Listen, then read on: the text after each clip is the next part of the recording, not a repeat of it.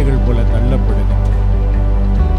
ஆனால் ஆண்டவர் இயேசு எங்களுக்காக தன்னையே சிலுவையில் பலியாக தந்ததினாலே அவரிடத்திலே வருகிற எங்களை அவர் ஒருபோதும் அனாதையாக விடமாட்டார்.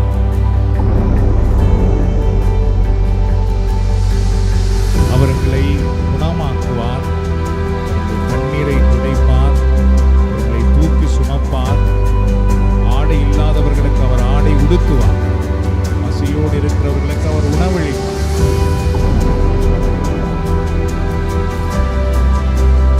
கைவிடப்பட்டு தள்ளப்பட்டிருக்கிறவர்களை அவர் உயர்த்தி காட்டுவார்.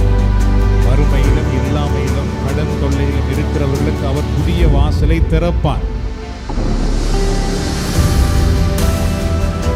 உங்கள் கண்ணீரை அவர் துடைப்பார், உங்கள் வேதனைகளை அவர் மாற்றுவார், உங்கள் வாழ்க்கையிலே அதிசயங்களை செய்வார். வெறுமையான படகு போல உங்கள் வாழ்க்கை இருக்கலாம், அதுக்குள்ளே ஆண்டவர் ஆசீர்வாதம் என்கிற மீனை கொண்டு வர முடியும்.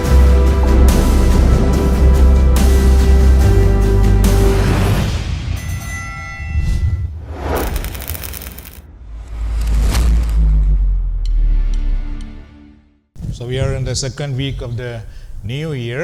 நாங்கள் புதிய ஆண்டின் 2வது கிழமையிலே இப்பொழுது நாம் இருக்கின்றோம். So tonight we are going to meditate on the Lord who established your steps. உங்கள் அடிகளை நிலைநிறுத்தும் ஆண்டவர் என்ற தலைப்பில் இன்றைக்கு நாங்கள் பார்க்க போகின்றோம். Many people do not know where they are going in life.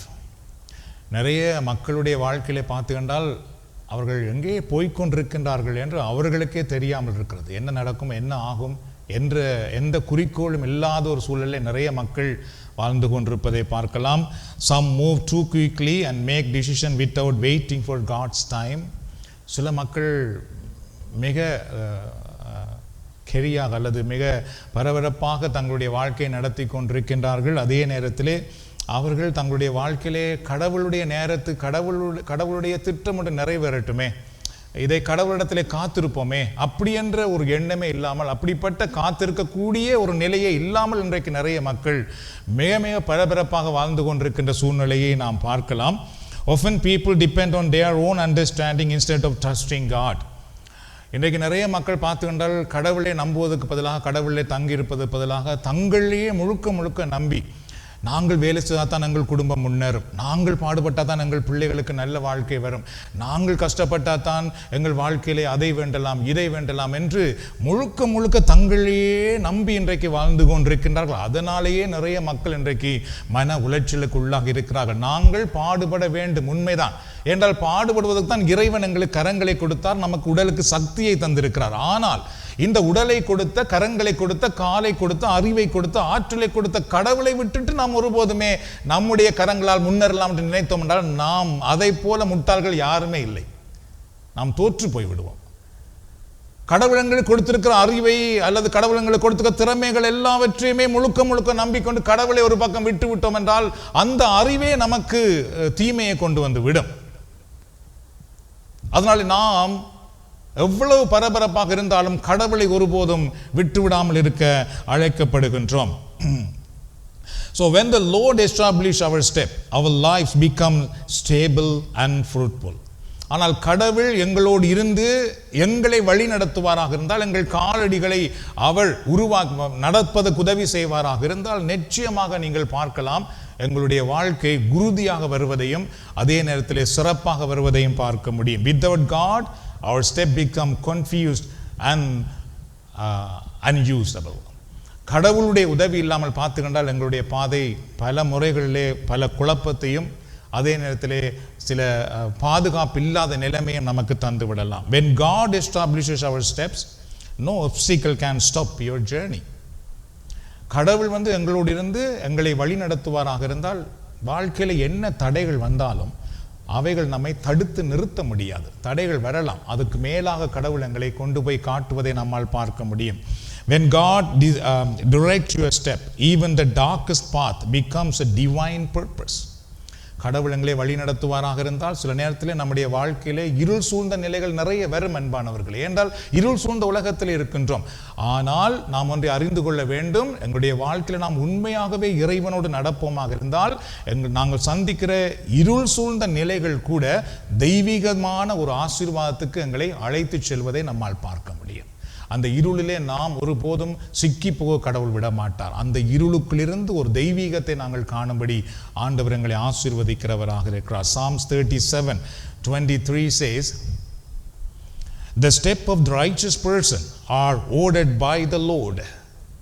நீதிமொழிகள் திருப்பாடல்கள் 37:23வது பாடல் என்ன சொல்லுகிறது பாருங்கள். தாம் உவகை கொள்ளும் நடத்தையை கொண்ட மனிதரின் காலடிகளை ஆண்டவர் உறுதிப்படுத்துகின்றார்.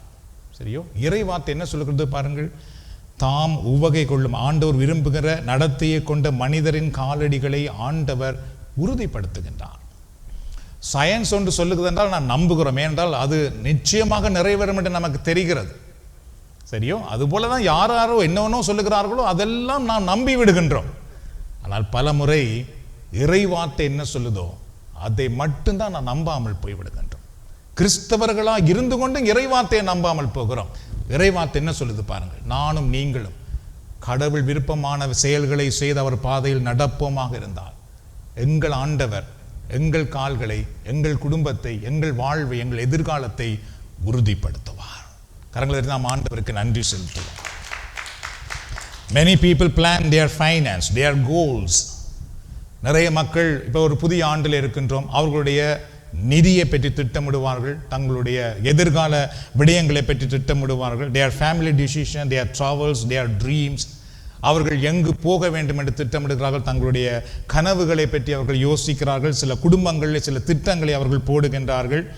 But forget to ask, Lord, is this your step or mine? ஆனால் பல முறைகளில் அவர்கள் எதை மறப்பார்கள் தெரியுமா? ஆண்டவரே, இது உம்முடைய திட்டமா அல்லது என்னுடைய திட்டமா? இதை நாங்கள் செய்யலாமா? அதை நாம் கேட்காமல் போகிறோம். பல குடும்பங்களே கணவன் மனைவி கூட அதை டிஸ்கஸ் பண்றதில்லை. அவர்கள் விரும்புவதை செய்கின்றோம். நான் பல முறை சொல்லுவதை மீண்டும் சொல்லி அடுத்ததுக்கு போகிறேன். ஒரு குடும்பத்திலே கணவன் மனைவி என்று இருக்கும் பொழுது ஆண்டவர் சொல்லுகிறார், திருமணமான பின்பு நீங்கள் ஓருடல் அல்ல ஈருடல். கணவன் மனைவி தங்கள் வீட்டிலே எந்த சின்ன விஷயமாக இருந்தாலும், என்னது ஈருடல் அல்ல ஓருடல், சரி என்ன அது, அந்த இன்டர்நெட் பிரச்சனையிலேருந்து என்ன இந்த மைண்ட் வெளியே வராமல் இருக்குது. தேங்க்யூ. ஈருடல் அல்ல ஓருடல். சரி, ஆகவே ஒரு குடும்பத்திலே பார்த்திருந்தால் கணவன் மனைவி என்று வரும் பொழுது ஒரு சின்ன விஷயமா இருந்தாலும் அவர்கள் நாங்கள் ஓருடல், இதை மறைக்கக்கூடாது, ஷேர் பண்ண வேண்டும், சொல்ல வேண்டும், கதைக்க வேண்டும், செபிக்க வேண்டும் என்று நினைக்காமல் நீங்கள் ரெண்டு பேரும் தனித்தனியாக ஒருவருக்கு தெரியாமல் செய்ய ஆரம்பித்தால், செய்தால் தயவு செய்து ஒன்றை அறிந்து கொள்ளுங்கள், அதுதான் சாத்தானுக்கு நீங்கள் திறக்கிற பாதை. இலகுவாக அவன் உள்ளே வந்து விடுவான். உள்ளே வந்து உங்கள் குடும்பத்தை என்ன செய்ய வேண்டுமோ அவனால் செய்ய முடியும். ஏனென்றால் ஆதியாகமத்திலே ஏதேன் தோட்டத்திலே ஆதாம் ஏவாளைக்கு வரும் பொழுது ஒருவர் வழியாக தான் உள்ளே வர முடிந்தது. ரெண்டு பேரும் இணைந்திருந்தால் வந்திருக்க முடியாது. ஆகவே ஆண்டவர் நமக்கு பாடம் கற்றுக் கொடுத்திருக்கிறார். சின்ன விஷயமா இருந்தாலும் ஒருவருக்கு ஒன்றும் மறைக்கக்கூடாது. நோய் வந்திருக்கா, முதல் அங்குதான் பகிர வேண்டும். ஐயோ இங்கே சொன்னால் பயந்து விடுவார்களோ, அவர்கள் அங்கு சொல்லி விடுவார்களோ, அப்படின்றால் நாம் திருமணமாக இருக்கக்கூடாது. ஆகவே மீண்டும் சொல்லுகிறோம், கடவுள் நம்முடைய வாழ்க்கையில் எப்படி ஆசீர்வாதத்தை கொண்டு வருகிறார் என்றால், நாங்கள் எப்பொழுது ஒன்றிணைந்து செயல்படுகிறோமோ அப்பொழுது மட்டும்தான் குடும்பத்திலே ஆசீர்வாதம் பெறும். அது இல்லாமல் நீங்கள் எவ்வளவு கத்தி செபித்தாலும், எவ்வளவு பாடுபட்டு பல மணி நேரங்கள் செபித்தாலும் நீங்கள் ஆசீர்வாதத்தை உங்கள் குடும்பத்துக்குள்ளே கொண்டு வர முடியாது. So the Holy Spirit is speaking to his people. A journey guided by your own will mislead you. அதனாலே பரிசுத்த ஆவியானவர் நமக்கு என்ன கற்றுக் கொடுக்கிறார் என்றால், எங்களுடைய வாழ்க்கை பயணத்தை எப்பொழுது நாங்கள் எங்களிலே தங்கி நடத்தி கொண்டிருக்கிறோமோ, எங்களை மட்டும் நம்புகிறோமோ, நாங்கள் தவறான பாதையிலே அந்த பாதையை கொண்டு போய் முடித்து விடுவோம். But a journey guided by God's voice will bless you. ஆனால் யாருடைய வாழ்க்கையை கடவுள் சத்தத்துக்கு கீழ்ப்படிந்து நாம் நடக்க ஆரம்பிக்கின்றோமோ அப்பொழுது அது நமக்கு ஆசீர்வாதமாக வருவதை பார்க்கலாம். A traveler choose a path because it looks smooth and pleasant. ஒரு பயணி பார்த்தீர்கள் என்றால் ஒரு பாதையை தெரிவு செய்கிறார் என்றால் அந்த பாதை அவருக்கு மிக சிறப்பான ஒரு பாதையாக அல்லது ஒரு நல்ல பாதையாக தெரிகிறது. ஆகவே அதை அவர் தெரிந்து கொண்டுகின்றார். Another traveler stopped, asked the guide and followed his voice. ஆனால் இன்னொரு பயணி பார்த்தீர்கள் என்றால் அவருடைய பயணத்திலே அவர் இடைநிறுத்தி அந்த பயணத்தை சரியாக சொல்லிக் கொடுக்கக்கூடிய ஒருவரிடத்திலே அவர் போய் கதைத்து அவருடைய ஆலோசனை, அவருடைய உதவியை அவர் எடுத்துக்கொள்ளுகின்றார். The path was narrow but it led to blessings. எந்த மனிதர் ஒருவருடைய உதவியை எடுத்துக்கொண்டாரோ அவருடைய பாதை நெரிசலாக இருந்தாலும் அவர் ஆசீர்வாதமான முடிவை காணக்கூடியதாக இருந்தது. ஏனென்றால் அவர் இன்னொருவருடைய சரியாக அந்த பாதை தெரிந்தவருடைய உதவியை கேட்டு அந்த பாதையிலே அவர் நடந்து போகிறார். So you may choose for yourself what looks good. அதுபோல் நானும் நீங்களும் சில நேரத்தில் அல்லது பல நேரத்தில் இது எங்களுக்கு நல்லா இருக்குது அப்படின்ட்டு அந்த பாதையை நாம் தெரிந்து கொள்கிறோம். But God's voice always leads you in the right direction. ஆனால் ஒன்றை அறிந்து கொள்ள வேண்டும், கடவுளுடைய சத்தம், கடவுளுடைய வார்த்தை எப்பொழுதுமே எங்களை சரியான பாதையிலே வழி நடத்துகிறதாக இருக்கிறது. So how many of you are led by God's in your daily decision?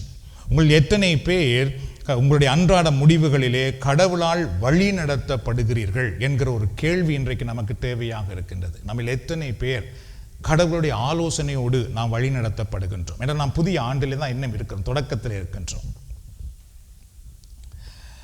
Before you plan, do you first pray and ask, Lord, is this your will? நீங்கள் ஒரு திட்டத்தை போடுவதற்கு முன்பதாக ஆண்டவருடைய பாதத்திலே இந்த ஆண்டவரே இது உம்முடைய திட்டமா, இது உம்முடைய விருப்பமா அப்படின்னு நம்மில் எத்தனை பேர் கேட்கின்றோம்? Many times people choose the wrong way. பல முறைகளிலே மக்கள் பிழையான முறைகளை தெரிவு செய்கிறார்கள். They decide first, they start first. முதல்லே அவர்களே தீர்மானித்து விடுகிறார்கள், முதல் அவர்களையே தொடங்கி விடுகின்றார்கள். Then they ask God to bless what they have already chosen. அதுக்கு பின்புதான் அவர்கள் எதை தெரிந்து கொண்டார்களோ, எந்த பாதையில் காலடி எடுத்து வைத்து விட்டார்களோ, அதுக்கு பின்பு அந்த காரியத்தை, அந்த பாதையை ஆசீர்வதிக்கும்படி கேட்கின்றார்கள். சரியா? முதலிலேயே கேட்காமல் நாமவே ஒன்றை தொடங்கிவிட்டு நாமவே ஒன்றை செய்துவிட்டு அதுக்கு பின்பு கடவுளை நீர் இதை ஆசீர்வதியும் அப்படி என்று நாம் கேட்கின்றோம். When trouble comes, then they ask God, Lord, is this your will? Many times பார்த்தீங்கன்றால் எங்களுக்கு எப்போ பிரச்சனை வந்து விடுகிறதோ அப்பொழுது தான் ஆண்டவரே இது உம்முடைய சித்தமா அப்படின்ட்டு அப்பதான் நாம் கேட்க ஆரம்பித்து விடுகின்றோம். But God wants us to ask before we decide. அதனாலே கடவுள் நாங்கள் முதல்லையே எந்த தீர்மானமாக இருந்தாலும் அதை செய்வதற்கு முன்பு அவரிடத்திலே வந்து கேட்கும்படி நம்மை எச்சரிக்கின்றார். To pray before you move. நீங்கள் ஒரு விடயத்துக்கு போவதற்கு முன்பதாகவே நாம் செபிக்க வேண்டும் என்று நமக்கு தூய ஆவியானவர் கற்றுக் கொடுக்கிறார். And to wait before you act. நீங்கள் செயல்படுவதற்கு முன்பதாக ஆண்டவருடைய பாதத்திலே காத்திருக்க வேண்டும் என்று தூய ஆவியானவர் நமக்கு கற்றுக் கொடுக்கின்றார். God's will is not something to check after failure. கடவுளுடைய விருப்பம் பார்த்தீர்கள், திட்டம் பார்த்தீர்கள், நாம் ஒரு தோல்வி அடைந்த பின்பு அல்லது நாம் எடுக்கிற ஒரு முடிவிலே பிழையான ஒன்றை செய்த பின்பு அதிலே அவருடைய விருப்பத்தை நிறைவேற்றுவது கடவுளுடைய திட்டம் அல்ல. It is a path to follow before we begin. அதாவது இறைவனுடைய பாதை என்பது முதல்லையே அவரிடத்திலே கேட்டு அதுக்கு பின்பு நம்முடைய திட்டங்களை நாம் செயல்படுத்த வேண்டும் என்று இறைவன் விரும்புகின்றார். Saint Augustine once says, listen this, do not decide first and ask God later. Let God decide and peace will follow. புனித அகஸ்தினார் என்ன சொல்லுகிறார் என்றால், முதலில் முடிவு செய்த பின்னர் கடவுளிடம் கேட்காதீர்கள். கடவுள் முடிவு செய்யட்டும், அமைதி பின்தொடரும் அப்படின்னு சொல்லுகிறார். சரியா? முதல்லையே நீங்கள் ஒன்றை செய்து விட்டு திருப்பி கடவுளிடத்திலே வர வேண்டாம். அதுக்கு முன்பு நீங்கள் கடவுளிடத்திலே கேளுங்கள். பல முறைகளிலே நாம் என்ன கடவுள்கிட்ட கேட்காமலா செய்கிறோம்? இல்லையே, கேட்டுட்டு தானே செய்கிறோம் என்று எல்லாரும் சொல்கிறோம். நாம் என்ன கடவுள்கிட்ட கேட்குறோம் என்றால், நான் இதை செய்ய போகிறேன், இதை ஆசீர்வதியும். அப்போ நாங்களே டிசைட் பண்ணிட்டோம். அதுக்கு பின்பு தான் நாம் அதை ஆசீர்வதியும் என்று கேட்கிறோம். இது உம்முடைய திட்டம் ஆண்டவரே அப்படி என்று அதை கேட்டு செபித்து அதை அறிந்து கொள்ளக்கூடிய அளவுக்கு நிறைய பேர் சபத்திலோ ஆன்மீகத்திலோ நாங்கள் வளராமல் இருக்கின்றோம். அதுவும் ஒரு பெரிய பிரச்சனை. அதை இன்னொரு முறைக்கு பார்க்கலாம். Saint Francis of Assisi He said, when God leads, even the unknown becomes safe. புனித பிரான்சிஸ் அசிசி சொல்லுகிறார், கடவுள் வழி நடத்தும் பொழுது தெரியாதவை கூட பாதுகாப்பாக மாறுகின்றன. எவ்வளவு உண்மை பாருங்கள். கடவுள் நம்மை வழி நடத்துவாராக இருந்தால் நமக்கு தெரியாதவை கூட அது ஒரு பாதுகாப்பாக மாறிவிடும். Saint Basil the Great, he said, he who is guided by the Spirit will never be missed by the world. Misled by the world. புனித பசில் கிரேட் அவர் என்ன சொல்லுகிறார் பாருங்கள், ஆவியினால் வழிநடத்தப்படுபவர் ஒருபோதும் உலகத்தால் தவறாக வழிநடத்தப்பட மாட்டார். அவ்வளவு உண்மை அது. So Psalm 37:23 says, the step of the righteous person are ordered by the Lord. திருப்பாடல்கள் 37:23 நாங்கள் பார்த்தோம். தாம் உவகை கொள்ளும் நடத்தை கொண்ட மனிதர்களின் காலடிகளை ஆண்டவர் உறுதிப்படுத்துகின்றார். So this verse does not say the step of everyone. அதான் நாம் பார்க்க வேண்டும். இந்த வார்த்தை எல்லாருடைய காலடிகளையும் இறைவன் உறுதிப்படுத்துகிறார் என்று சொல்லவில்லை. The verse does not say the step of talented person. சரியோ, இந்த வார்த்தை திறமை உள்ளவர்களுடைய பாதைகள் எல்லாம் ஆண்டவர் நிலைநிறுத்துகிறார் அதுவும் சொல்லவில்லை. or the step of religious, யாரெல்லாம் சமயவாதிகளா இருக்கிறார்களோ கட்டாயமாக கோயிலுக்கு போய் கோயிலே தவற மாட்டேன், பூசையே தவற மாட்டேன், காலை சுபம் தவற மாட்டேன், மாலை சுபம் தவற மாட்டேன், அப்படி சொல்லுகிறவர்களுடைய பாதையை வழி நடத்துகிறார் அப்படின்னு இந்த வார்த்தை சொல்லவில்லை. நாம் கவனிக்க வேண்டும். It says the step of righteous person.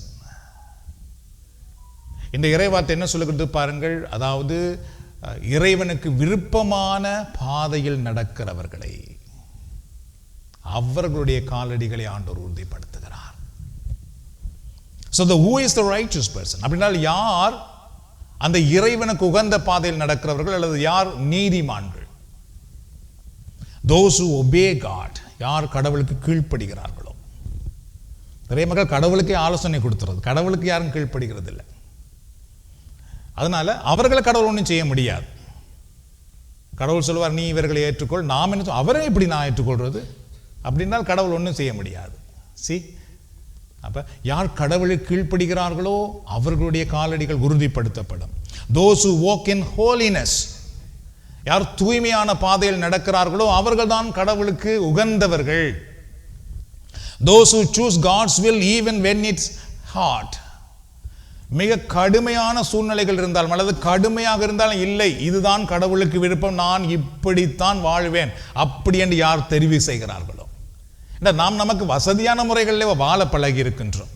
மற்றவர்களுக்கு உகந்ததாக அல்லது அவர்கள் இப்படி செய்தால் அவர் சந்தோஷப்படுவார்களே, இப்படி இருப்போம், இப்படி நாம் செய்தால் அவர்களிடத்திலிருந்து ஒன்றை பெற்றுக்கொள்ளலாம், இப்படி இருப்போம், இப்படி அல்லவா நாம் இருக்கிறோம். இல்லை, கடவுள் பாதை என்பது அப்படி அல்ல. சில நேரத்தில் மிக மிக கடினமாக இருக்கும். அப்படி கடினமாக இருந்தாலும் இல்லை, இதுதான் கடவுளுக்கு விருப்பம், நான் இப்படித்தான் இருப்பேன் என்று யார் நினைக்கிறார்களோ, யார் வாழ ஆரம்பிக்கிறார்களோ அவர்களுடைய காலடிகளை ஆண்டவர் உறுதிப்படுத்துவார், நிலைநிறுத்துவார். Do you know why can't God lead your steps or our steps? எங்களுடைய பாதையை அல்லது எங்களுடைய பயணத்தை கடவுளால் ஏன் வழிநடத்த முடியாமல் இருக்கிறது நமக்கு தெரியுமா? பரிசுத்த வேதாகம் என்ன சொல்கிறது பாருங்கள். Isaiah chapter 59 verse 2.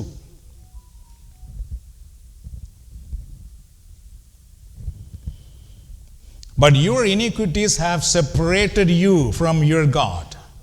Your sins have hidden his face from you so that he will not hear. ஏசாயாவின் திருநூல் 59 இரண்டாவது இறைவார்த்தையிலே மிக அழகாக ஏசாயா இறைவாக்கின் மூலமாக ஆண்டவர் பேசுகிறார். உங்கள் தீச்செயல்களே உங்களுக்கும் உங்கள் கடவுளுக்கும் இடையே பிளவை உண்டாக்கி உள்ளன. உங்கள் பாவங்களே அவர் செவி சாய்க்காதவாறு அவருடைய முகத்தை உங்களுக்கு மறைத்துள்ளன. சரியோ, கடவுள் கடவுளாகவே இருக்கின்றார். ஆனால் எங்களுடைய பாவம் நாம் அவருக்கு செவி சாய்க்காமல் போகும் பொழுது கடவுளால் எங்களுக்கு செவி சாய்க்க முடியாமல் இருக்கிறது. So do you know why many people feel God's is silence? அதனால் நிறைய மக்கள் இப்படி சொல்லுவார்கள், கடவுள் எனக்கு ஒன்றுமே பதில் தராமல் இருக்கிறாரே, நான் இவ்வளவோ ஜெபிக்கிறேன், கடவுள் எனக்கு ஒன்றுமே செய்யாமல் இருக்கிறார், ஏன் அவர் அமைதியாக இருக்கிறார்? ஏன் அமைதியாக இருக்கிறார்? ஏன் அமைதியாக இருக்கிறார் என்ற ஒரு கேள்வி நிறைய பேருக்கு இருக்குது. அப்போ ஏன் கடவுள் அமைதியாக இருக்க வேண்டும்? Do you know why some lives lack happiness and peace? சிலருடைய வாழ்க்கையிலே அமைதி, சந்தோஷம் மிக குறைவாக இருக்கிறது. ஏன் என்று நமக்கு தெரியுமா? Isaiah says it clearly, sin separates us from God. பாவம்தான் எங்களை கடவுளிடமிருந்து பிரித்து வைத்திருக்கின்றது. So what are the sins that separate us from God? That is the very important question. அப்படி என்றால் என்ன பாவங்கள் எங்களை கடவுளிடமிருந்து பிரித்து வைத்திருக்கிறது? அது கட்டாயமாக நமக்கு தெரிய வேண்டும். அதை தெரிந்து நாம் மனம் திரும்பும் பொழுது நிச்சயமாக கடவுளால் நாம் ஆசீர்வதிக்கப்பட முடியும். Number 1, unrepented sin. மனம் திரும்பாத பாவங்கள். Knowing something is wrong but refusing to turn back to God. இது சரி என்று நமக்கு தெரிகிறது, ஆனாலும் நாம் கடவுளிடம் திரும்பி வராமல் இருப்பது. சரியோ? நாம் யாருக்கும் தீங்கிழைக்காமல் இருக்கலாம், யாருக்கும் கொடுமை செய்யாமல் இருக்கலாம், ஆனால் சில நேரத்தில் இந்த பாதை சரியானது இல்லை, இது கடவுளுக்கு உகந்தது அல்ல, நான் இதை செய்யக்கூடாது, நான் இவர்களோடு பழக முடியாது, இருந்தால் கூட இல்லை, நான் கடவுளோட பக்கம் திரும்ப மாட்டேன் என்று நாம் பிடிவாதம் பிடித்து கொண்டிருந்தால் கடவுளால் நம்மை வழி நடத்த முடியாது. பிட்டினஸ், நமக்குள்ளே இருக்கின்ற ஒரு பிடிவாதமான தன்மை. அன்ஃபர்கிவ்னஸ், மன்னிக்க முடியாத தன்மை. Holding anger or hatred in the heart, கோபத்தை பிடித்து வைத்துக் கொண்டே இருக்கிறது. கோபப்படுவது ஒன்றும் பிழை அல்ல, சரியோ? சில பேர் சொல்லுவார்கள், என்னது பச்சை மிளகா சாப்பிட்டா கோபம் பெறுமாம், செத்த மிளகா சாப்பிட்டா கோபம் பெறுமாம், எனக்கு என்ன தெரியாது, தமிழன் என்றால் கோபம் பெற வேண்டும் அப்படி என்று சொல்லுவார்கள். எனிவே, கோபம் பாரதில் ஒன்றிலேயும் ஒரு பிழையும் இல்லை, சரியோ? கோபம் வந்தால் தான் சரியானதை செய்ய முடியும், ஒரு ஆளை திருத்த முடியும். ஆனால் சில கோபங்கள், தவறான கோபம், அதையே நாம் பிடித்து வைத்து கொண்டிருப்போம். அப்போ கடவுளால் நமக்கு ஒன்றும் செய்ய முடியாது. டிஸ்ஒபீடியன்ஸ், கீழ்ப்படியாத தன்மை. Hearing God's word but choosing not to obey. கடவுளுடைய வார்த்தையை கேட்டுக்கொண்டே இருப்போம், ஆனால் நான் கீழ்ப்படிய வேண்டும் என்று நாம் கொஞ்சமும் எங்களை மாற்றிக்கொள்ளாத ஒரு நிலை. Pride, பெருமை.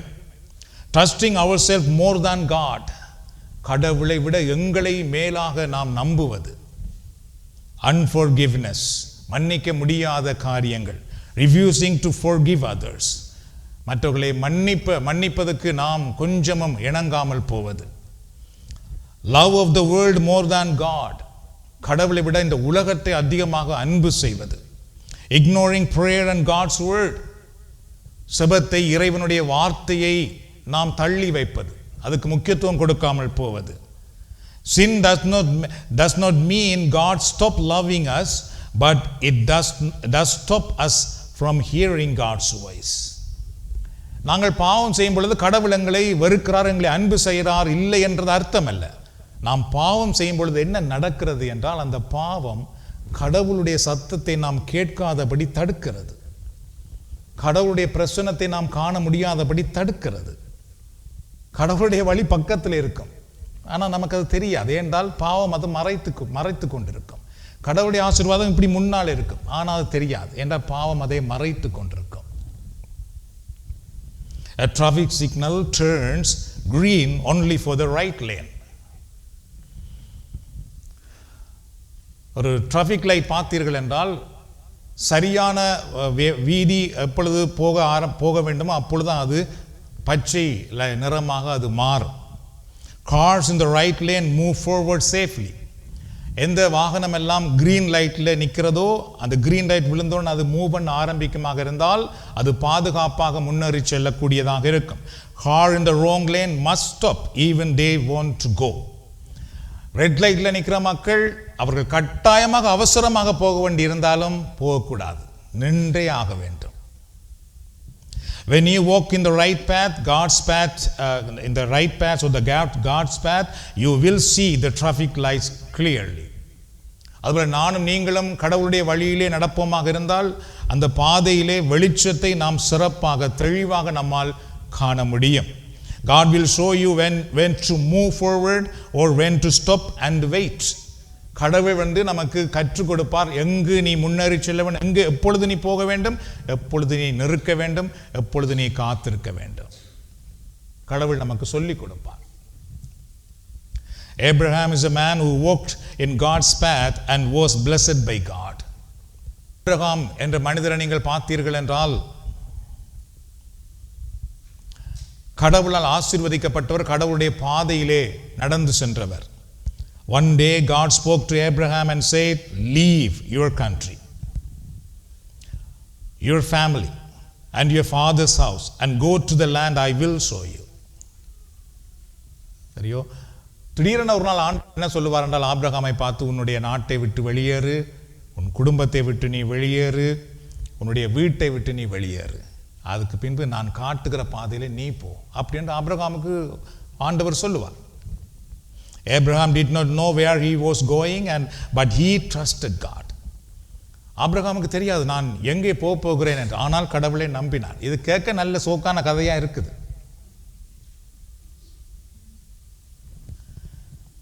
ஆனா எங்களுடைய வாழ்க்கையில ஒரு சின்ன விஷயத்தை கூட அப்படி நம்மால் செய்ய முடியாது. சரியோ?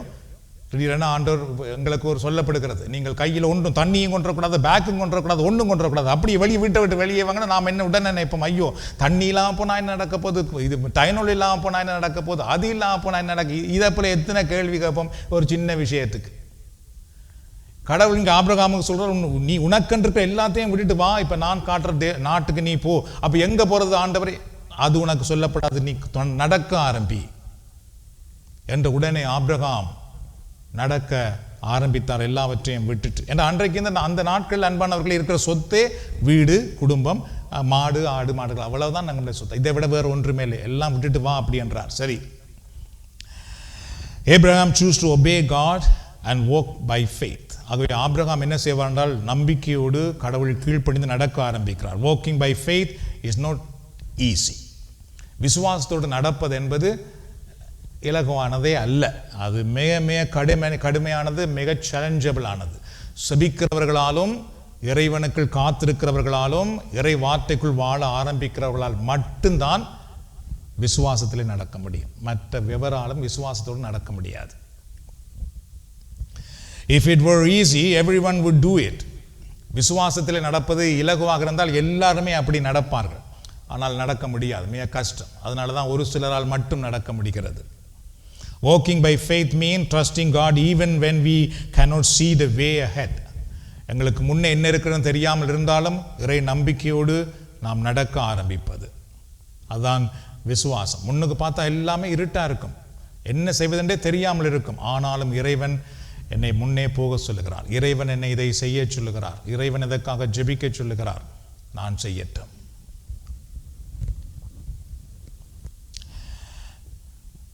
When the road is dark and the future is unclear, we still choose to walk in God's direction. எங்களுடைய பாதை எல்லாமே இருட்டும் பிரச்சனையுமாக இருந்தாலும் இல்லை, நான் கடவுளை நம்பிக்கொண்டு நடக்க ஆரம்பிப்பேன். அதான் விசுவாசத்தில் நடப்பது.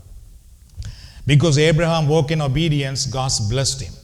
என்றால் ஆபிரகாம் கடவுளையே நம்பியிருந்தார், கடவுள் அவரை ஆசீர்வதித்தார். சரியோ? இப்போ சொல்லுவதற்கு திருப்பவும் சொல்லுகிறேன், மிக இலகுவாக இருக்கும், ஆனால் இட்ஸ் நாட் ஈஸி. சரியோ? ஒன்றுமே நமக்கு தெரியாது, எங்கு போக போகிறோம் நமக்கு தெரியாது, இப்படி போனால் என்ன நடக்க போகுது நமக்கு தெரியாது, மற்றவர்கள் என்ன சொல்ல போகிறார்கள் நமக்கு தெரியாது. ஆனாலும் கடவுளை நம்பி நாம் செல்ல வேண்டும். அங்கு கடவுள் நம்மோடு இருப்பார். தெரியும்? நான் முதலும் சொல்லியிருக்கிறேன், எங்களுடைய பணியிலே ஒரு காலம் ஒரு நேரம் வந்தது, அப்பொழுது நான் எல்லாவற்றையும் கொடுத்து விட்டு வெளியே நடந்து வர வேண்டிய கட்டம் வந்தது. ஏன் கொடுத்துட்டு வந்தால் சண்டை பிடிக்கக்கூடாது. No, we are Catholic. We cannot fight each other. We cannot break God's body. அதனால சண்டை பிடிக்கக்கூடாது. கேட்டு பார்த்தோம், கேட்கவில்லை. அவர்கள் சொன்னார்கள், இது எங்களுடைய பணம், இது எங்களுடைய பொருள், சேரிட்டி நேம் எங்களுடையது, நாங்கள் ஒன்றும் தர முடியாது, அது செய்ய முடியாது, இது செய்ய முடியாது. நான் சொன்னேன், ஓகே, எல்லாம் நீங்கள் வைத்துக்கொள்ளுங்க, எனக்கு ஒன்றும் வேணாம், நாங்கள் சண்டை பிடிக்கக்கூடாது, நீங்களே பொறுப்படுத்த எல்லாவற்றையும் செய்யலாம். I just walk away. அப்படி வரும் பொழுது இட்ஸ் நாட் ஈஸி. நான் முழு நேரமாக ஊழியத்துக்கு வந்திருக்கிறேன், வேலையெல்லாம் விட்டுட்டு ஊழியத்துக்கு வந்திருக்கிறேன். இப்போ எல்லாமே ஒன்றுமில்லை, ஊழியம் செய்வதற்கென்று ஒன்றுமே இல்லை. சரியோ? ஒரு நாள் நானும் என் மனைவியும் அந்த கடைசியாக அவரோட சொல்ல வேண்டிய ஒரு முக்கியமான அவருடைய வீட்டுக்கு போய் சொன்னோம், சேரிட்டி நேம் தரமாட்டேன்னு சொல்லிருக்கலாம். Okay, keep it charity name. எங்களுடைய காசு தரமாட்டல, அப்போ நீங்கள் காசு எல்லாம் வச்சுக்கோங்க. நாங்கள் ஒன்றும் தர முடியாது, பாய் பாய் அப்படின்ட்டு குட் பாய் சொல்லி அனுப்பி விட்டார்கள். நானும் மனைவி அப்படியே வந்து காரில் ஏறி வாரோம், ஒன்றுமே இல்லாமல் காரை எடுத்துகிட்டு வாரோம். ஆனாலும் எங்களுக்கு இந்த நம்பிக்கை என்ன தெரியுமா? அழைத்த ஆண்டவர் உண்மை உள்ளவர், அவர் நம்மை கைவிட மாட்டார். சரியோ? எந்தெந்த விஷயங்கள்லாம் நமக்கு வந்து சேர வேண்டுமோ அதெல்லாம் வரும்படி ஆண்டவர் இங்கே இருக்கிற மக்களோடு பேசினார். அவர்கள் சிலர் கொண்டு வந்தார்கள், கொடுத்தார்கள். திருப்ப இந்த பணி ஆரம்பித்தது. நாங்கள் இன்றைக்கும் வந்து அந்த பணியிலே நிற்கின்றோம். சரியோ? ஏன் நான் சொல்லுகிறேன் என்றால், கடவுள் அப்படி நம்மை கைவிடுகிறவர் அல்ல. அவரை நாம் நம்பி இருப்போம் என்றால் அவர் நம்மை எல்லா விதத்திலும் ஆசீர்வதிக்கிறவராக இருக்கிறார். கரங்களை தட்டி நாம் ஆண்டவருக்கு நன்றி சொல்கிறோம். If you walk with God, the God who blessed Abraham will bless you in your journey. நீங்களும் கடவுளை நம்பி இருப்பீர்களாக இருந்தால் ஆபிரகாமை ஆசீர்வதித்தவர் உங்கள் பாதையிலும் ஆசீர்வாதத்தை கொண்டு வருவார், கட்டாயமாக கொண்டு வருவார். நாங்கள் அந்த ஊழியத்தில் ஒன்றுமில்லாமல் நிற்கும் பொழுது எங்களுக்கு இருந்த பெரிய பெரிய பெரிய பெரிய பெரிய பாரம் என்னென்றால் எங்களுடைய பிள்ளை தான். ஆபிரகாம் அன்றைக்கு எப்படி ஈசாக்கை பலி கொடுக்க போகும் பொழுது எப்படி இருந்திருக்குமோ அதுபோல் ஆண்டவரே எங்கள் பிள்ளைக்கு எதிர்காலம் என்ன ஆக போகிறது? ஏன்னா ஒன்றுமே இல்லை, யாக்கெல்லாம் சண்டை பிரச்சனை, என்னுடைய பிள்ளையினுடைய நிலை என்ன ஆகும், அவனுடைய எதிர்காலம் என்ன ஆகும்? ஆனால் கடவுளால் முடியாத ஒன்றுமில்லை. அல்லேலூயா. So if you walk with God, the God who guided Abraham will guide your step. ஆபிரகாமினுடைய காலடிகளை வழிநடத்தின ஆண்டவர் உங்களையும் வழிநடத்துவார். If you walk with God, the God who increased Abraham will increase you too. ஆபிரகாமை கடவுள் அழைத்து உயர்த்தினார், எல்லா செல்வங்களையும் கொடுத்து உயர்த்தினார் என்று பார்க்கிறோம். அதுபோல நானும் நீங்களும் உண்மையாகவே கடவுளை நம்பி நாங்கள் விசுவாசத்தோடு நடக்க ஆரம்பித்தால் எங்களையும் கடவுள் உயர்த்தி கொண்டு போவாரே தவிர அவர் எங்களை ஒருபோதும் தாழ்ந்து போக விட மாட்டார். The God who made Abraham a blessing will make you a blessing. ஆபிரகாமை ஆண்டவர் தெரிந்தெடுத்த பொழுது எப்படி ஆசீர்வதித்தாண்டால், நீ எல்லாவற்றையும் விட்டுட்டு வா, நான் உன்னை ஆசீர்வதித்து உன் வழியாக உன் தலைமுறையும் ஆசீர்வதிப்பேன், நீ ஆசீர்வாதத்தை கொடுக்கிறவனாய் இருப்பாய் அப்படி என்று ஆண்டவர் ஆபிரகாமுக்கு சொன்னார். நீ உனக்கென்று வைத்திருக்கிறவெல்லாம் விட்டுவிடு, நான் தருவேன், அப்பொழுது நீ மற்றவர்களுக்குமே கொடுக்கக்கூடிய ஆசீர்வாதமாக இருப்பாய். அதுபோல இறைவன் எங்களுக்கும் அந்த ஆசீர்வாதத்தை கொடுக்க அவர் வல்லவராக இருக்கின்றார். The God who kept his promises to Abraham will keep his promise to you too. ஆபிரகாமுக்கு கடவுள் கொடுத்த வாக்குத்தத்தங்கள் எல்லாவற்றையும் நிறைவேற்றினார். அதுபோல ஆண்டவர் எங்களுக்கு ஒரு வாக்குத்தத்தம் கொடுக்கிறாரா, அதை கட்டாயமாக ஆண்டவர் நிறைவேற்றி காட்டுவார். அல்லேலூயா. கரங்கள் தட்டி நாம் ஆண்டவருக்கு நன்றி செலுத்துவோம். என் வாழ்க்கையில் சில பிரச்சனைகள் வந்த பொழுது ஆண்டவர் ஒரு முறை ஜெபிக்கும் பொழுது வாக்கு கொடுத்தார், உன்னுடைய எதிராளிகளை நீ தேடினாலும் காண மாட்டாய் என்று. என்னால் அந்த நேரத்தில் நம்பவே முடியவில்லை. எப்படி காணாமல் போறது? நாமெல்லாம் உண்டதான் இருக்கிறோம். உன் எதிராளிகளை நீ தேடினாலும் காண மாட்டாய். அன்றைக்கு வாக்கு கொடுத்தார். என்னால் நம்பவே முடியவில்லை. இதெல்லாம் நடக்குமா என்ற ஒரு பெரிய கேள்வி இருந்தது. ஆனால் இன்றைக்கு நடந்திருக்கிறது. நாங்கள் தேடினாலும் காணவில்லை, தேடினாலும் காணவில்லை. என்ன, கடவுள் நேரம் பெறும், அப்பொழுது அவர்களை பாதுகாப்போடு உருவாக்கி கொண்டு வருவார். சோ மனுஷனால் முடியாது, கடவுளால் தான் எல்லாம் கூடும் அன்பானவர்களே.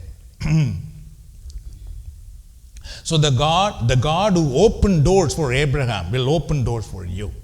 கடவுள் ஆபிரகாமுக்கு கதவுகளை திறந்தது போல நமக்கும் திறப்பார். If you walk with God, the God who turned Abraham's faith into testimony will give you a testimony. அதாவது ஆபிரகாம் கடவுளை நம்பினது நிமித்தம் அந்த நம்பிக்கையை கடவுள் ஆபிரகாமுக்கு ஒரு சாட்சியாக மாற்றி காட்டினார். அதுபோல நாங்களும் உண்மையாய் கடவுளை நம்புவோம் என்றால் எங்களையும் ஆண்டவர் சாட்சி சொல்லும்படி ஆசீர்வதிப்பார். ஆண்டவருக்கு நன்றி செலுத்துவோம்.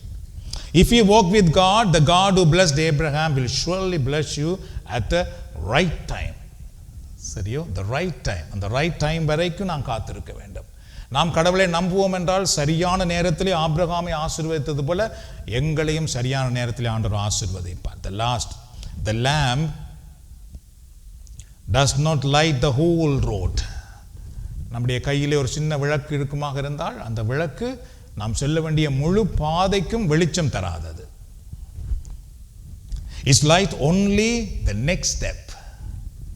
இந்த கை லாம்பு இருக்குதானே, அது எங்களுடைய அடுத்த ஸ்டெப்புக்கு தான் வெளிச்சம் காட்டும். அங்கால தெரியாது நமக்கு. ஒவ்வொரு காலடி எடுத்து வைக்க அடுத்த ஸ்டெப் வைக்க வேண்டும் என்ற வெளிச்சம் நமக்கு அது கொடுக்கும். ஆனால் நாம் நினைப்போம்னா முழு ரோட்டும் தெரிய வேண்டும். இல்லை, கடவுள் சில நேரத்தில் அறிக்கை லாம்பு தான் கொடுப்பார். இந்த அப்படி நடந்து போ. அப்போ ஒவ்வொரு கால் எடுத்து வைக்க மட்டும்தான் தெரியும், இல்லை என்றால் நமக்கு தெரியாது. When you walk with God, He gives light step by step. அதுபோல் நீங்களும் கடவுளோடு நடக்கும் பொழுது ஆண்டவர் ஒவ்வொரு அடியும் எப்படி வைக்க வேண்டும், எங்கே வைக்க வேண்டும், அதை தெளிவாக நமக்கு சொல்லிக் கொடுப்பார். The God who blessed Abraham will bless you too in this year. இந்த வருடத்திலும் ஆண்டவர் ஆபிரகாமை ஆசீர்வதிப்பது போல உங்களையும் ஆசீர்வதிப்பார். So when God bless you, your darkness will turn into happiness. கடவுள் நம்மை ஆசீர்வதிக்கும் பொழுது எங்கள் வாழ்க்கையில் இருக்கிற இருளெல்லாம் சந்தோஷமாக மாற ஆரம்பிக்கும்.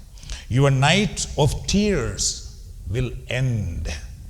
God will give you a new hope. நம்முடைய இரவிலே நாம் பலமுறை அழுவோம், சரியோ, வேதனைகளை கண்டு. அந்த இரவின் கண்ணீரை ஆண்டவர் மாற்றுவார். எங்களுக்கு புதிய நம்பிக்கை நாட்களை கொடுத்து வழி நடத்துவார்.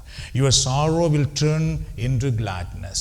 நீங்கள் கடவுளை நம்பும் பொழுது, கடவுள் நம்மை ஆசீர்வதிக்கும் பொழுது எங்களுடைய துக்கம் மகிழ்ச்சியாக மாறும். Your broken heart will be healed. கடவுள் நம்மை ஆசீர்வதிக்கும் பொழுது நம்முடைய உடைந்த உள்ளம் குணமாகும். Your waiting will turn into blessing. God's time is perfect. கடவுள் உங்களை ஆசீர்வதிக்கும் பொழுது பார்த்தீர்கள் என்றால் உங்களுடைய காத்திருத்தல் அப்படி ஆசீர்வாதமாக மலர ஆரம்பிக்கும்.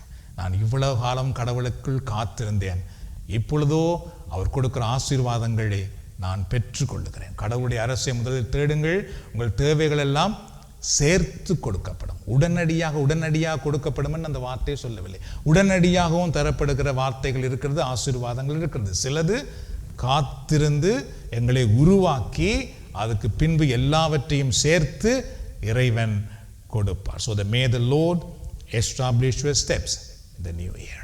இந்த மலர்ந்திருக்கிற இந்த ஆண்டிலே ஆண்டவர் உங்கள் காலடிகளை உறுதிப்படுத்தி ஆசீர்வதித்து வழி நடத்துவாராக. God bless you and your family. ஆண்டவர் உங்களையும் உங்கள் குடும்பத்தையும் ஆசீர்வதிக்கட்டும். Let's pray. நாம் எல்லாரும் செபிப்பதற்காக எழுந்து நிற்போம். ஊற்றப்பட வேண்டுமே உன்னதத்தின் ஆவி, உயிர்ப்பிக்க வேண்டும் என்னை தேவா. முன்மாரியாக என்று பொழிந்திட்ட ஆவியை பின்மாரியாக என்று பொழிந்திடுமே. ஊற்றப்பட வேண்டுமே உன்னதத்தின் ஆவி, உயிர்ப்பிக்க வேண்டும் என்னை தேவா.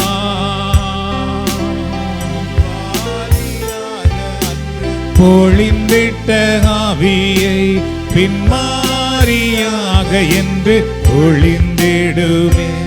உமக்காராதனை செய்கிறோமையா, உம்மை ஆர்ப்பரித்து பாடுவோமையா. உமக்காராதனை செய்கிறோமையா, உம்மை ஆர்ப்பரித்து பாடுவோமையா. வழி நடத்தும் வல்ல ஆவியே, வழி நடத்தும் தூய ஆவியே, வழி நடத்தும் வல்ல ஆவியே, வழி நடத்தும் தூய ஆவியே. மீண்டும் ஒரு தடவை, வழி நடத்தும் வல்ல ஆவியே. தூய ஆவியானவர் வழி நடத்துவதற்கு விட்டுக் கொடுப்போம்.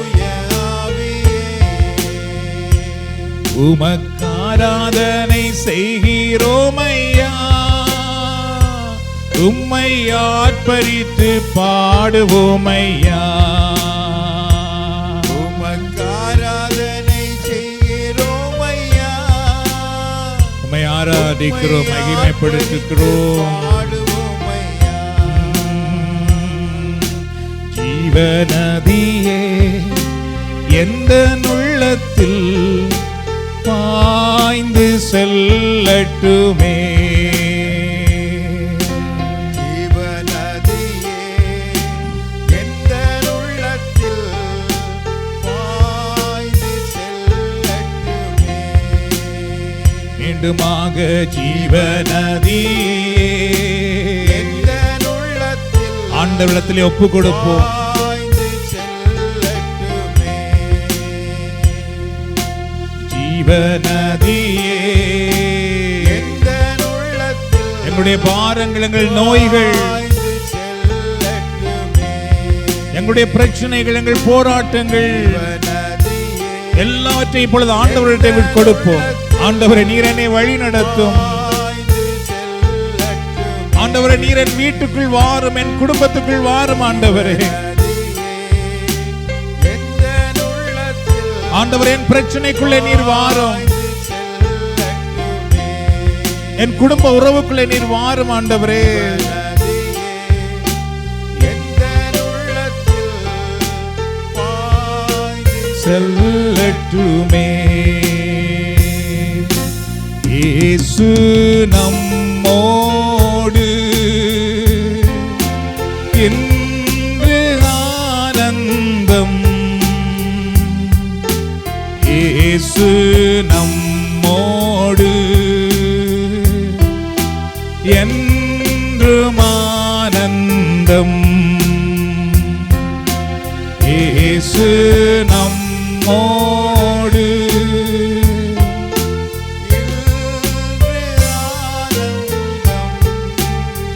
ஆண்டவர் இயேசுவின் நாமத்திலே அற்புதங்கள் நடக்க, அதிசயங்கள் நடக்கட்டும்.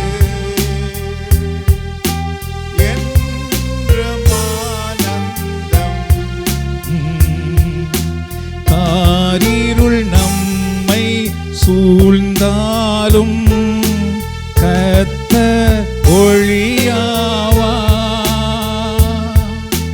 காரிருள் நம்மை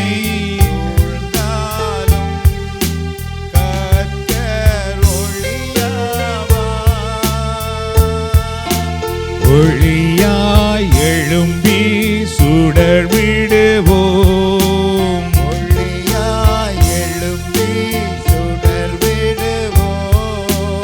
ஒளியாய் எழும்பி சுடர் விடுவோம். ஒளியாய் எழும்பி சுடர் விடுவோம். உலகின் ஒளி நாமே. அல்லேலூயா, உலகின் ஒளி நாமே. குருமாக இயேசு நம்மோடு இன்று ஆனந்தம். உம்மை ஆராதிக்கிறோம், மகிமைப்படுத்துகிறோம். ஆண்டவரே, நம்மோடு உம்முடைய வல்லமை உம்முடைய பிள்ளைகள் மேல் இறங்கி வரட்டும். உம்முடைய அபிஷேகம் உம்முடைய பிள்ளைகள் மேல் இறங்கி வரட்டும். அல்லேலூயா, ஆர்ப்பரிப்போமே. அல்லேலூயா, அகமகிழ்வோமே. அல்லேலூயா, ஆர்ப்பரிப்போமே. அல்லேலூயா, ஊற்றுகிறோம். அகமகிழ்வோமே. வியாதிகள் தொல்லைகள் நடுவினிலே தேவனின் வார்த்தையுண்டு. வியாதிகள் தொல்லைகள் நடுவினிலே இயேசுவின் நாமத்தில் அற்புதங்கள் நடக்கட்டும். நோய்கள் குணமடையட்டும். அவரின் தூய தழும்புகளா அவரின் தூய தழும்புகளால் குணமடைகின்றோம் நாம். அல்லேலூயா, குணமடைகின்றோம் நாம். இயேசு நம்மோடு என்று ஆனந்தம். இயேசு நம்மோடு என்றும் ஆனந்தம்.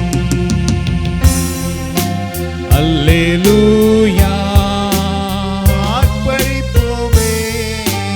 அல்லேலூயா, அகமகிழ்வோமே. அல்லேலூயா, ஆர்ப்பரிப்போமே. அல்லேலூயா, அகமகிழ்வோம்.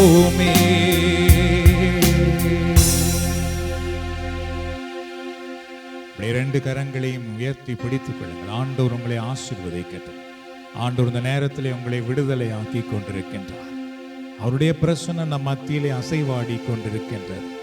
அன்பின் ஆண்டவரே, இது இந்த நேரத்தில் நீர் எங்களுடைய காலடிகளை நிலைநிறுத்துவேன் என்று சொல்லியிருக்கிறேன். ஆண்டவரே, நீர் அற்புதங்களை அதிசயங்களை செய்கிறவர். இந்த நேரத்திலே ஆண்டவர் இயேசுவின் நாமத்தினால் இவர்கள் மேல் இருக்கிற ஒவ்வொரு கட்டுக்களும் இப்பொழுது கட்டவிழ்க்கப்படுவதாக, உடைக்கப்படுவதாக. இவர்கள் மேல் இருக்கிற சாபத்தின் கட்டுக்கள் இயேசுவின் நாமத்திலே உடையற்று. இவர்கள் மேல் இருக்கிற பாவத்தின் கட்டுக்கள் இயேசுவின் நாமத்திலே உடையற்று. இவர்கள் மேல் இருக்கிற பாரம் என்கிற கட்டுக்கள் இயேசுவின் நாமத்திலே உடைந்து போவதாக. இயேசுவின் நாமத்தினால் உச்சம் தலையிலிருந்து உள்ளம் கால்வரை உடலில் இருக்கிற அத்தனை நோயின் கட்டுக்களும் இயேசுவின் நாமத்திலே இப்பொழுது உடைக்கப்படுவதாக.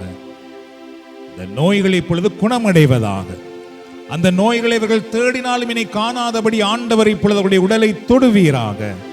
ஆண்டவருடைய கரம் ஒவ்வொருடைய உடலையும் இப்பொழுது தொடும்படி நான் ஜெபிக்கிறேன். ஆண்டவர் இயேசுவின் இரத்தம் இந்த நேரத்திலே ஒவ்வொருடைய உடலையும் இப்பொழுது கழுவுவதாக. இயேசுவின் இரத்தத்தினால் விடுதலை உண்டாகட்டும். இயேசுவின் இரத்தத்தினால் விடுதலை உண்டாகட்டும். இயேசுவின் நாமத்தினால் உடலுக்குள்ளே இருக்கிற தீமைகள் இப்பொழுது வெளியே வருவதாக. உடலுக்குள்ளே இருக்கிற தீமைகள் இப்பொழுது வெளியே வருவதாக. அந்தகார வல்லமைகள் இப்பொழுது வெளியே வருவதாக. இருளின் வல்லமைகள், செய்வினை கட்டுக்கள், மந்திரங்கள், ஏவுதல்கள், குறி சொல்லுதல் ஆவிகள் எதுவாக இருந்தாலும் இயேசுவின் நாமத்தினால் இப்பொழுது ஒவ்வொருடைய குடும்பத்தை விட்டு, குடும்ப உறவை விட்டு, இல்லற வாழ்க்கையை விட்டு, பிள்ளைகளுடைய வாழ்க்கையை விட்டு, கணவன் மனைவி உறவை விட்டு இயேசுவின் நாமத்திலே வெளியேறும்படி நான் கட்டளையிடுகிறேன். ஆண்டவருடைய வல்லமை ஒவ்வொருவர் மேலும் இறங்கி வருவதாக. பரிசுத்த ஆவியின் அபிஷேகம் ஒவ்வொருவர் மேலும் இறங்கி வருவதாக. இப்பொழுது இவர்களுடைய துக்கம் மகிழ்ச்சியாக மாறட்டும். இவர்களுடைய வேதனை ஆண்டவரே மகிழ்ச்சியாக மாறட்டும். இவர்களுடைய இல்லாமை இயேசுவின் நாமத்தினால் இப்பொழுது செழிப்பாக மாறட்டும். போதுமானதுக்கு மேலாக ஆசீர்வதிக்கப்படட்டும். இவருடைய வனாந்தரமான நிலை இயேசுவின் நாமத்தில் வயல்வெளியாக மாற்றப்படுவதாக. நீர் கொடுக்கிற அதிசயமான வெளிச்சம் இவருடைய பாதையில் தோன்றுவதாக. இவர்கள் தேடுகிற சமாதானம், இவர்கள் தேடுகிற விடுதலை, இவர்கள் தேடுகிற உயர்வு, இவர்கள் தேடுகிற வெற்றி, இவர்கள் தேடுகிற மரியாதை, இவர்கள் தேடுகிற எல்லா விதமான ஆசீர்வாதத்தை இவர்கள் காணும்படி ஆண்டவருடைய கரம் இப்பொழுது இவர்களை ஆசீர்வதிப்பதாக. ஸ்தோத்திரம் ஆண்டவரே, மை துதிக்கிறோம்ப்பா, மை போற்றுகிறோம். ஆபிரகாமை ஆசீர்வதித்த ஆண்டவர் இந்த நாளிலே இங்கு வந்திருக்கிற எல்லோரையும் நீர் ஆசீர்வதிப்பீராக. ஆபிரகாமுடைய ஆசீர்வாதத்தில் நீர் கொடுத்த ஆசீர்வாதங்களை உலகம் கண்டது போல நீர் இவர்களுக்கு கொடுக்கிற ஆசீர்வாதத்தை இந்த உலகம் காணும்படி ஆண்டவர் ஆசீர்வதிப்பீராக. ஆபிரகாமின் தேவன் என்னையும் ஆசீர்வதித்தார் என்று இவர்கள் விசுவாச அறிக்கை செய்யும்படி ஆண்டவர் ஆசீர்வதிப்பீராக. Thank you, Jesus. ஆண்டவரே, இந்த இடத்துல யாரெல்லாம் எங்கு போவது, என்ன செய்வது,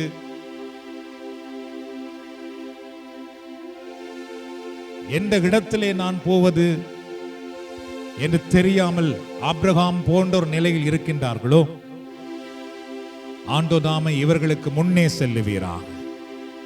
இவர்கள் செல்ல வேண்டிய பாதையில் இவர்களை வழி நடத்துவீராக. செல்ல வேண்டிய இடத்துக்கு இவர்களை அழைத்து செல்லுவீராக. ஆபிரகாமுடன் இருந்ததனால் அவருக்கு தீங்கு வராதபடி ஆண்டவரை நீர் பாதுகாத்துக் கொண்டீர். அதுபோல நீர் இவர்களோடு இருந்து இவர்களுக்கு எந்த தீங்கும் வராதபடி நீர் காத்துக் கொள்ளுவீராக. இவர்களுக்கு வருகிற தீமையை நீர் ஆசீர்வாதமாக மாற்றி கொடுப்பீராக. Thank you, Lord. துதிக்கிறோம். எல்லாரும் உள்ளத்திலே ஜெபியுங்கள். ஆண்டவரே, என்னை ஆசீர்வதியும் என்று. ஆண்டவரே, என்னை ஆசீர்வதியும். உங்களுக்கு தேவையானதை உள்ளத்தாலே கேளுங்கள் ஆண்டவரிடத்திலே. அப்பொழுது ஆண்டவர் எங்களோடு பேசுவார். இந்த நேரத்தில் எங்களோடு பேசுவார், எங்களை வழி நடத்துவார். மன்னிப்பு கேட்கிறவர்கள் ஆண்டவரிடத்திலே மன்னிப்பு கேளுங்கள். உங்களுக்கு வேண்டியதை ஆண்டவரிடத்தை கேளுங்கள். ஆண்டவரோடு உடன்படிக்கை செய்யுங்கள். ஆண்டவரே, நீர் என்னை ஆசீர்வதியும், நான் உமக்கு சான்று பகர்வேன். என்னை நீர் ஆசீர்வதியும், நான் உம்முடைய நாமத்தை மகிமைப்படுத்துவேன். நன்றி நன்றி நன்றி நன்றி நன்றி ஆண்டவரே. ஸ்தோத்திரம் ஸ்தோத்திரம் ஸ்தோத்திரம் ஸ்தோத்திரம். துதிக்கிறோம் ஆண்டவரே, போற்றுகிறோம், துதிக்கிறோம் ஆண்டவரே. இடத்துல சில வாலிப பிள்ளைகள் உண்மையாகவே நீங்கள் செபிக்கிறீர்கள். Lord, I don't know where I should go. Please bless me and guide me என்று நீங்கள் செபிக்கிறீர்கள். ஆண்டவர் உங்களோடு இருக்கின்றார், உங்களை கரம் பிடித்துக் கொள்ளுகின்றார். Thank you Lord. உம்மை துதிக்கிறோம், உம்மை ஆராதிக்கிறோம், மகிமைப்படுத்துகிறோம், உம்மை ஸ்தோத்தரிக்கிறோம். அன்பின் ஆண்டவரே, உம்முடைய வல்லமை உள்ள கரம் ஒவ்வொருவரையும் ஆசீர்வதிப்பதாக, ஒவ்வொருவருக்கும் விடுதலை தருவதாக.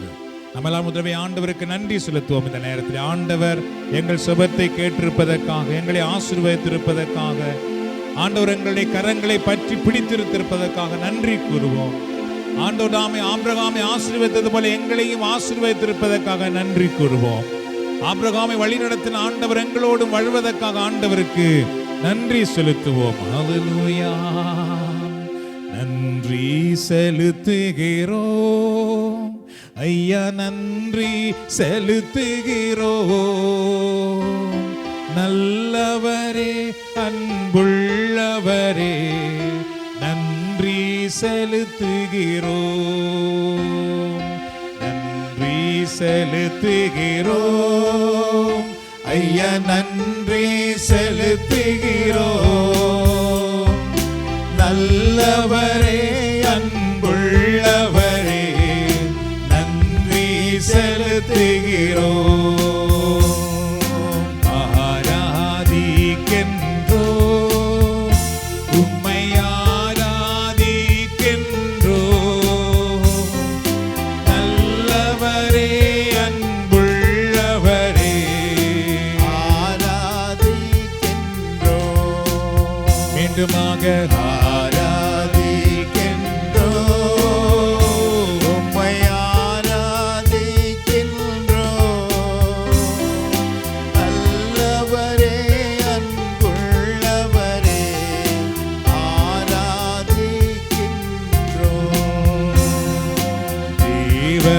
அடைக்கலமே, என் கோட்டையும் மரணும் அவர்.